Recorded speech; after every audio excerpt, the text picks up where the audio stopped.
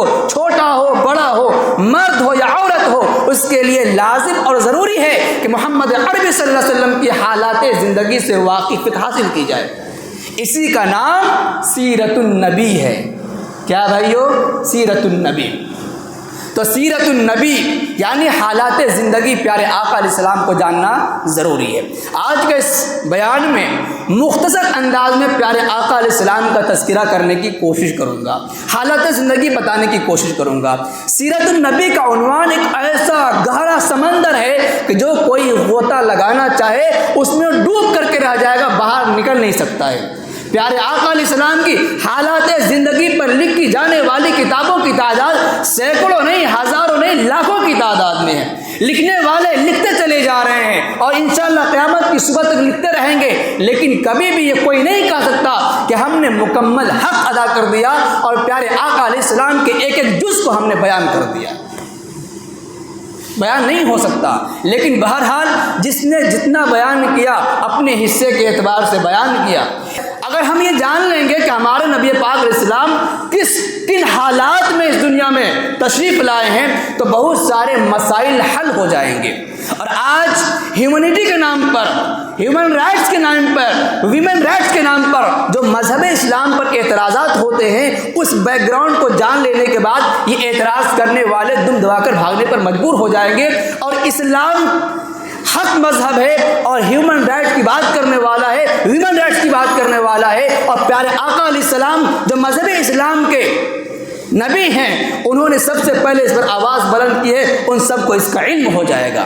میرے دوستو، جب اس دنیا میں پیارے آقا علیہ السلام تشریف نہیں لائے تھے تو پوری دنیا کے حالات اس قدر خراب تھے کہ زبان سے آپ اس کو بیان نہیں کر سکتے، آپ اندازہ نہیں لگا سکتے۔ اور سب سے بڑی بات یہ ہے کہ جس عورت کو ہم یا تو ماں کہتے ہیں یا بہن کہتے ہیں یا بیٹی کہتے ہیں، ان کا سماج میں کوئی وقار نہیں تھا، کوئی حیثیت نہیں تھی، اس کو نیچ نگاہ سے لوگ دیکھا کرتے تھے۔ بلکہ واقعات تو یہاں پر ہیں کہ بیٹیوں کے پیدا ہوتے ہی انہیں زندہ ایک گڑھے میں ڈال دیا جاتا تھا۔ بیٹیوں کا پیدا ہونا معیوب سمجھا جاتا تھا، عیب کی چیز سمجھی جاتی تھی۔ جس گھر میں بیٹی پیدا ہو جائے اس گھر کا باپ، اس گھر کا نوجوان، اس گھر کا آدمی سماج میں منہ دکھانے کے لائق نہیں سمجھا جاتا تھا۔ وہ سمجھتا تھا کہ ہم نے کتنا بڑا کرپشن کر دیا ہے، کرپٹڈ مانا جاتا تھا وہ آدمی، اور سماج میں منہ دکھانے کے لائق نہیں ہوتا تھا۔ وہ اپنے لیے عزت یہ سمجھتا تھا کہ ہم اپنی بیٹی کو زندہ درگور کر دیں اور علل اعلان چوک پر کہیں کہ میرے گھر میں بیٹی پیدا ہوئی، میں نے اپنی بیٹی کو زندہ ہی گڑھے میں ڈال دیا ہے۔ جب یہ بیان کرتا، فخریہ انداز میں بیان کرتا، تو اسے خوشی محسوس ہوتی ہے کہ دیکھو ہم نے سماج میں اتنا بڑا نام کر دیا اور ہم نے اپنی بیٹی کو زندہ ہی گڑھے میں ڈال دیا ہے، فخر سے بیان کیا کرتا تھا۔ میرے دوستو، پیارے آقا علیہ السلام کی آمد کے بعد اس سلسلے کو بند کیا گیا اور بیٹی کے حقوق بیان کیے گئے، اور میرے آقا نے فرمایا کہ جس گھر میں بیٹی پیدا ہوگی وہ گھر رحمتوں والا گھر ہوگا۔ جس گھر میں پہلی بیٹی ہوگی اللہ کی خاص رحمت ہوگی۔ جس کے گھر میں بیٹی پیدا ہوئی اس نے بیٹی کی پرورش کی اور عمر آتے ہی نے شادی بیاہ کر دی، اس کی تربیت کر دی۔ پیارے آقا علیہ السلام نے فرمایا جنت میں اس کا ٹھکانہ ہوگا۔ میرے دوستو، جو لوگ عورتوں کی بات کرتے ہیں، عورتوں کے حقوق کی بات کرتے ہیں، انہیں مذہب اسلام سے سیکھنا چاہیے، پیارے آقا علیہ السلام کی تعلیمات سے سیکھنا چاہیے۔ شراب نوشی، زناکاری، بدکاری، چوری، لوٹ مار، اور صدیوں تک یعنی کہ 100 سال، پوری سینچری گزر جاتی تھی ایک چھوٹے سے مسئلے پر لڑتے جھگڑتے۔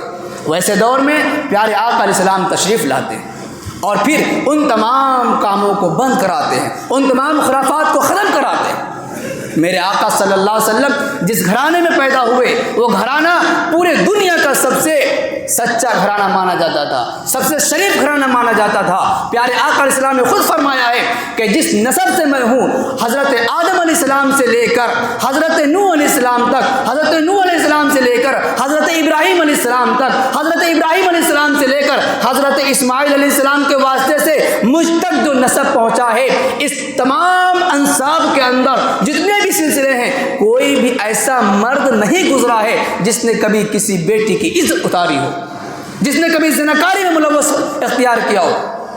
اتنا سچا، اتنا پیارا گھرانہ ہے۔ یہ اس وقت کی بات ہے جب کہ پورا عرب اور پورا علاقہ زناکاری و بدکاری ملوث تھا۔ اس دور کی بات ہے کہ پیارے آقا علیہ السلام جس نسب سے ہیں، جس خاندان سے، اس خاندان کے لوگوں نے کبھی زناکاری نہیں کی، کبھی کسی ماں بہن کی عزت کو نیلام نہیں کیا ہے، کسی کی عزت کو لوٹا نہیں ہے۔ اتنے شریف اور پاکیزہ گھرانے اور نسب سے ہیں ہمارے آقا صلی اللہ علیہ وسلم۔ میرے دوستو، ہمارے گاؤں سماج میں یہ معلوم ہوتا ہے، ارے یہ تو گھرانہ چلتا ہوا آ رہا لٹیروں کا گھرانہ ہے، ارے یہ گھرانہ تو چوروں کا گھرانہ ہے، یہ گھرانہ شریفوں کا گھرانہ ہے۔ اور جس گھرانے کے بارے میں معلوم ہوتا ہے یہ گھرانہ شریفوں کا گھرانہ ہے، یہاں کے لوگ نیک ہیں، شریف ہیں، تو ہر کوئی اس خاندان سے محبت کرنا چاہتا ہے، ہر کوئی اس خاندان کے پیچھے پڑ جاتا ہے، اس خاندان میں رشتہ کرنے کو، دوستی کرنے کو، کاروبار کرنے کو اپنے لیے باعث عزت و فخر سمجھتا ہے۔ ہم خوش نصیب ہیں کہ ہم جس نبی کے امت میں ہیں، الحمدللہ برائی کے دور میں بھی ہمارے نبی کا سلسلہ ایسا پاکیزہ تھا کہ کبھی پورے سلسلے میں کسی نے بدکاری نہیں کی، الحمدللہ۔